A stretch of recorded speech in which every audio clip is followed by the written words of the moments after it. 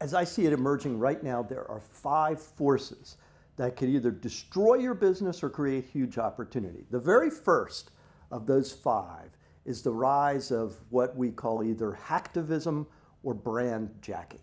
And what that means is this, that instead of the old sort of amateurish approach on the part of activist groups, they've actually acquired the skills of Hollywood and the humor of a great improv group. And combining those things, they attack your brand by parody and satire.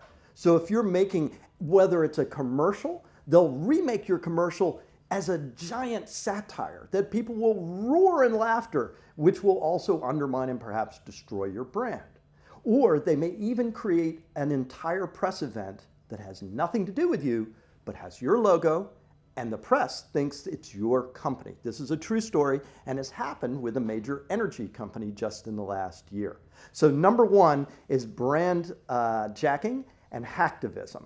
And the way we as communicators are going to have to guide our clients to a reaction that doesn't play into the hands of those who are the satirists. Because if we act angry and legalistic, it will all end in tears. We have to actually react with the same kind of humor and resilience with which they attack us.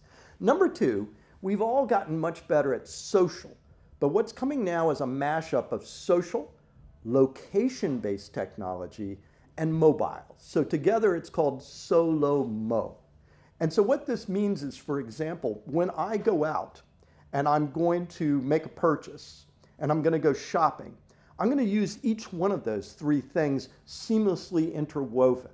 And I'm going to use on the social side the affirmation of my friends telling me no bad choice. Don't get mom jeans, Chris. You don't look good in mom jeans. You're too old for that leather jacket. I'm going to use the social community in real time. The location base helps me with another things, finding the products, finding and comparing products. And the mobile side, of course, means I could be anywhere at any time using this on an iPad or a phone. So again, how we communicate with a consumer base in SOLO-MO is going to be fresh and new and a huge challenge for public relations. The third one is sometimes called the sharing economy. And so if you take that technology of apps and mobile and community building and put it together, an amazing thing has happened to the economy just in the last few years. Basically, the confluence of these things have taken all the slack out of every aspect of the economy.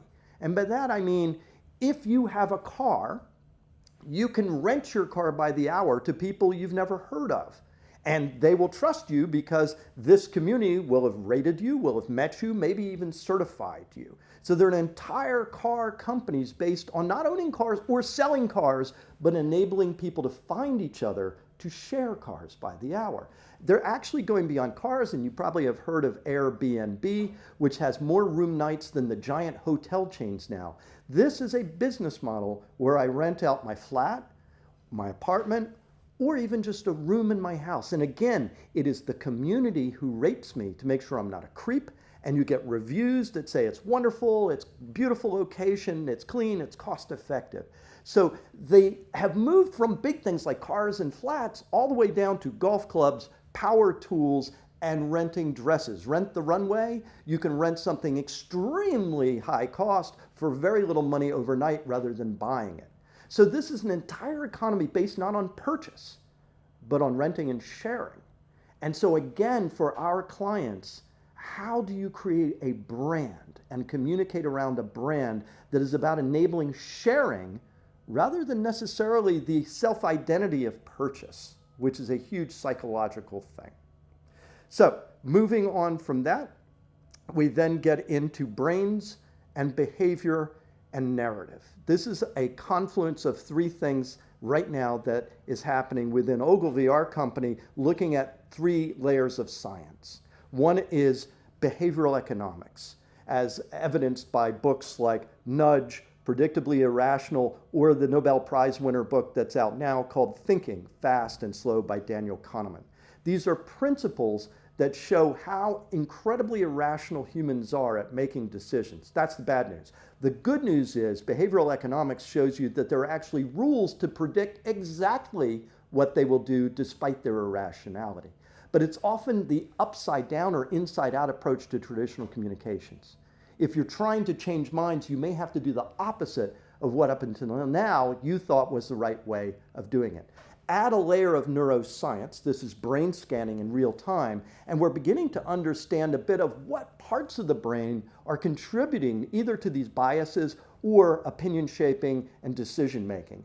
And it's actually informing us a great deal more about how to craft more effective communications, and hence the narrative theory that goes on top of brains and behavior. And the last one is this incredible gold rush. Number 5 of the 5 forces is content frenzy. Every company has been told every company must become a media company. And every agency is rushing to gain the competence, whether through hiring journalists or through finding and buying software or systems, the competence to create content. Now, content is a wonderful thing, and it's a really smart thing. And the traditional media hope it's even going to rescue them from oblivion, because as all the traditional advertising has dried up and they have discovered that in many cases web banners don't work, they're saying, what if we did content instead of ads? And we bought the space, or we did so-called native content that looks like the content, but is actually a story or content from the advertiser. And make no mistake, this is not the old advertorial. When done well, it's useful content, not all self-promotional content. So it can be very powerful, but much more implicit, much less explicit sales here. But here's the problem.